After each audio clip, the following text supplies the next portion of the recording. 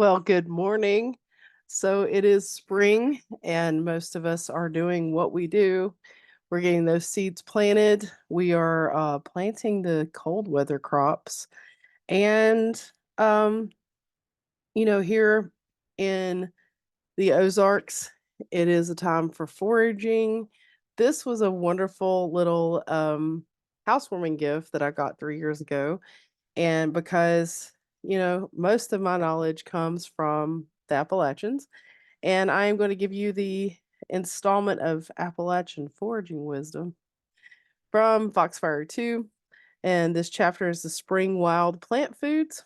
And last week we talked in general and then specifically about sassafras. So we just talked about foraging, and then we talked about we're just going in order. So the next one in here, um, this is from last week. We had the picture. I love they include the pictures. So this week it's Spicebush, and so that is a picture of what Spicebush looks like. So um, it's also called Feverbush. It's in the laurel family. Um, Lindera benzoin. It's this Latin name. So spicewood, feverbush, wild allspice, and Benjamin bush. So sounds pretty versatile. Spicebush is a shrub growing 6 to 16 feet high in rich woods, ravine-covered forests, or damp stream sites. It has smooth green stems and twigs and with a strong camphor-like smell. The leaves are medium green, paler below, and fall in early autumn. Honey yellow flowers appear before the leaves in the very early spring. In fall, the bush bears bright red or rarely yellow aromatic berries. Twigs and bark are used for tea. Berries can be used as a spice in cooking. Spicebush is gathered in March when the bark slips. Mrs. Norton told us, "You've heard tell of spicewood, haven't you? Well, it grows on branches, which is a branch is a stream. I know that's funny, but it is, or a creek. Um, it grows on the branches, and you get it, wash it, break it up in little pieces, and it tastes better than sassafras, and it ain't so strong. Spicewood tea, get the twigs in spring and break them up and boil them and sweeten.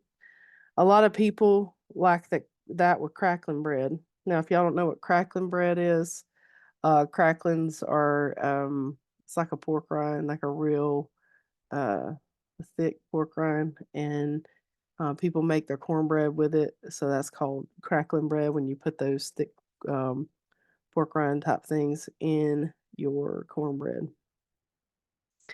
Um, Mrs. Herschel Keener, that's another lady here that talked about it. Or gather a bundle of spicewood twigs, cover with water in a boiler, boil 15 to 20 minutes until the water has become colored.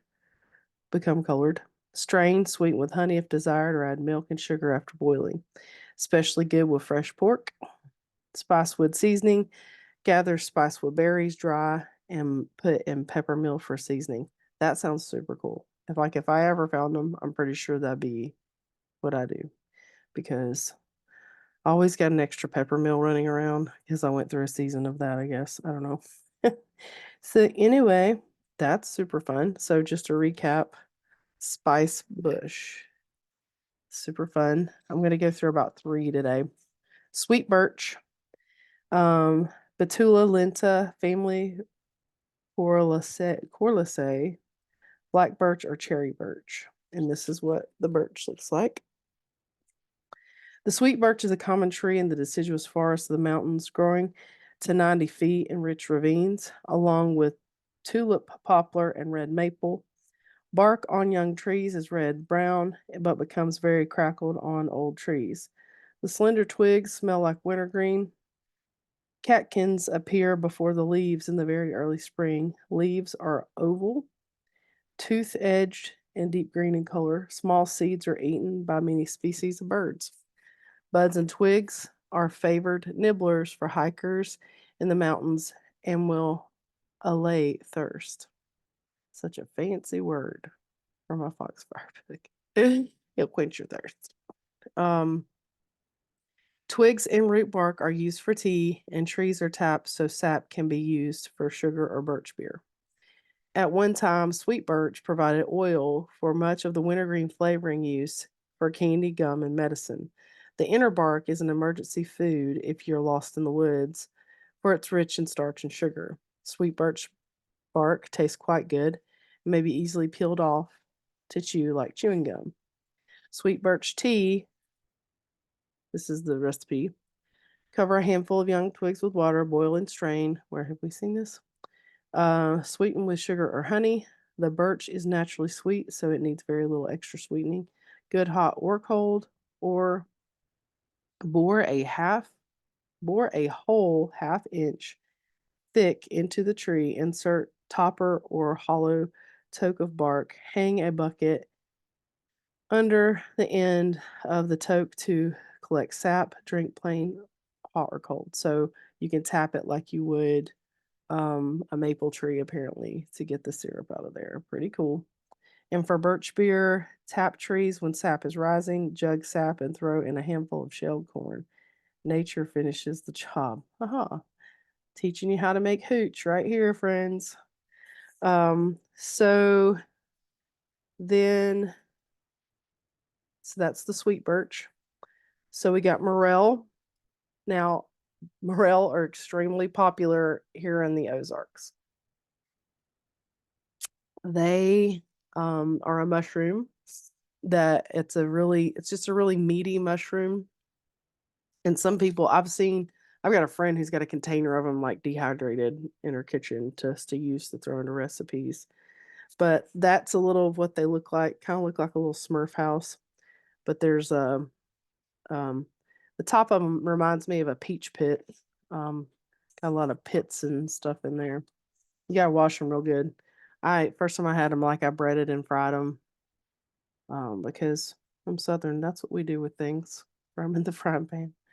The mushroom most commonly gathered in the spring and a delight to eat is the morel, morchella. The various signs to tell it is time to go morel hunting, but usually you look for them after a warm rain when the blue violets bloom, dark blue violets bloom. A favorite place is under old apple trees. All the wrinkled and pitted and a light oak leaf brown color. Avoid mushrooms having folds instead of pits. True morels are hollow.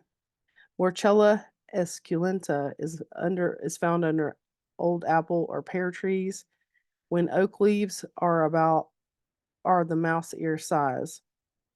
Look for the fat morel. In oak, beech, or maple forests, when the serviceberry, the amelanchier, is in bloom. M. crassipes is found in swampy ground, almost always with jewelweed. Now, be careful too when you're out there foraging. Jewelweed and poison ivy grow together because they're antidotes to each other. And the jewelweed is a yellowish looking little thing. It's kind of interesting. They look a little bit like a snapdragon, but they're tiny and they're orange. Um, these mushrooms are especially favored by people of Pennsylvania Dutch descent. They consider them the best of all edible mushrooms and use them in sauces, gravies, and soups.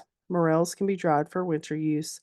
Hang them Hang them strung on twine with a knot between each mushroom to keep from touching. Hang in a dry place before using dried morels. Soak in milk to restore freshness. Grind into mushroom powder. Fried morels, soak in salt water / crossways, dip in egg and cornmeal, like I said, and fry at medium-low heat, or put 1 pint of morels in a pan with an egg-sized piece of butter. Sprinkle on salt and pepper. When butter is almost absorbed, add fresh butter and enough flour to thicken. Serve on toast or cornbread. Stuffed morels, soak 1/2 hour in salt water, parboil lightly. Stuff with finely chopped chicken or cracker crumbs and butter or margarine. Bake at low heat for 20 minutes. Merkel omelet. Let stand in the water for 1 hour. Chop fine, mix with eggs, salt, and pepper. Fry in butter. Merkel pie. Cut in small pieces, cover the bottom of the pie dish with thin bits of bacon. Add a layer of Merkels, salt and pepper, then a layer of mashed potatoes. Put in a layer of Merkels and finish with potatoes on top. Bake for 1/2 hour. So apparently these Morels, I don't know why they're calling them Merkels as well. They have all kind of names. Is what happens. Hey, law, have mercy.